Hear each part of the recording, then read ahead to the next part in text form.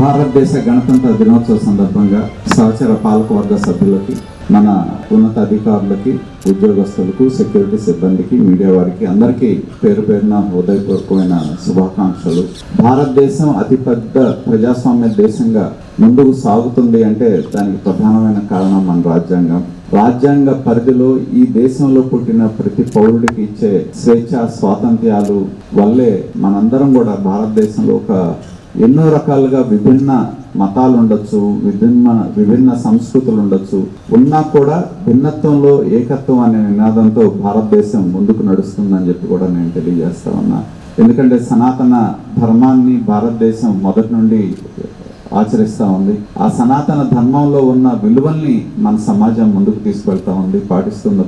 కాబట్టే భారతదేశం అనేది పరిసర దేశాల్లో సంక్షోభాలు వచ్చిన భారతదేశంలో ప్రజాస్వామ్యం పరిణితి చెందిన ప్రజలు ఉన్నారు కాబట్టి ప్రజాస్వామ్యం కాపాడబడతా ఉంది, ప్రజాస్వామ్యం పరిడిల్లుతుందని చెప్పే దానికి ప్రధానమైన కారణం మన రాజ్యాంగం. కాలానుగుణంగా రాజ్యాంగంలో కూడా అవసరానికి అనుగుణంగా మనం ఎన్నో మార్పులు చేసుకుంటూ కాలానికి అనుగుణంగా భారతదేశాన్ని మనం ముందుకు తీసుకెళ్తంలో మన నాయకత్వం ముందుకు నడిపించడం చాలా సంతోషం. అలాగే నేను మన సంగం డైరీ సిబ్బందికి, లేకపోతే ప్రతి ఒక్కరు కూడా విజ్ఞప్తి చేసేది ఒకటే, భారతదేశానికి రాజ్యాంగం ఎలానో సంగం డైరీకి మన పెద్దలు కొన్ని విలువలతో కూడిన సంగం డైరీకి పునాది వేయటం జరిగింది.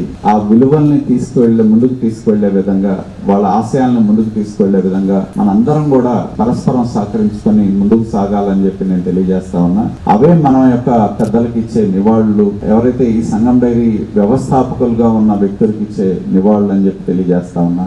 సంగం డైరీ మేనేజ్మెంట్ పరంగా ఈ మధ్యనే మన క్యాంపస్ లో కూడా బయట నుంచి తీసుకొచ్చి మనం ట్రైనింగ్ ప్రోగ్రామ్స్ నిర్వర్తించడం జరిగింది.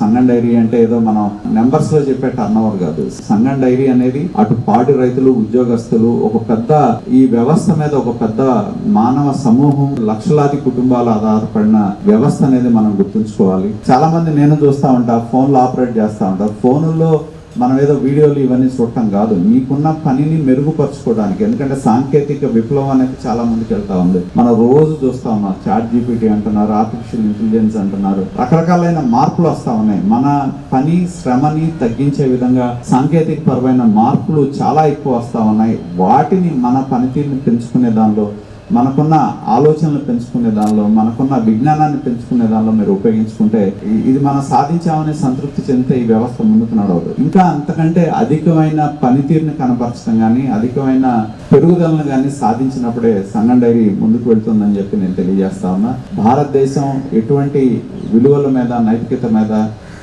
సమానత్వం మీద మరి ఏర్పాటు చేయబడిందో మంద కూడా అంతే. అది మంద ఒక మినీ భారతదేశం. ఇక్కడ రకరకాల కులాలు ఉంటారు, మతాలు ఉంటారు, భిన్న అభిప్రాయాలు ఉన్న వ్యక్తులు ఉంటారు. కానీ మన లక్ష్యం ఒకటే కావాలి, అది సంగం డైరీ యొక్క అభివృద్ధి ఒకటే మన లక్ష్యం కావాలి అనే దిశగా మనందరం కూడా కలిసి ముందుకు నడుద్దాం. అదే మనం ఈరోజు ప్రతిజ్ఞగా మనం తీసుకుందాం అని చెప్పి నేను పిలుపునిస్తూ మరొకసారి అందరికీ కూడా గణతంత్ర దినోత్సవ శుభాకాంక్షలు తెలియజేస్తూ సెలవు తీసుకుంటా ఉన్నా. అందరికీ నమస్కారం. జై హింద్.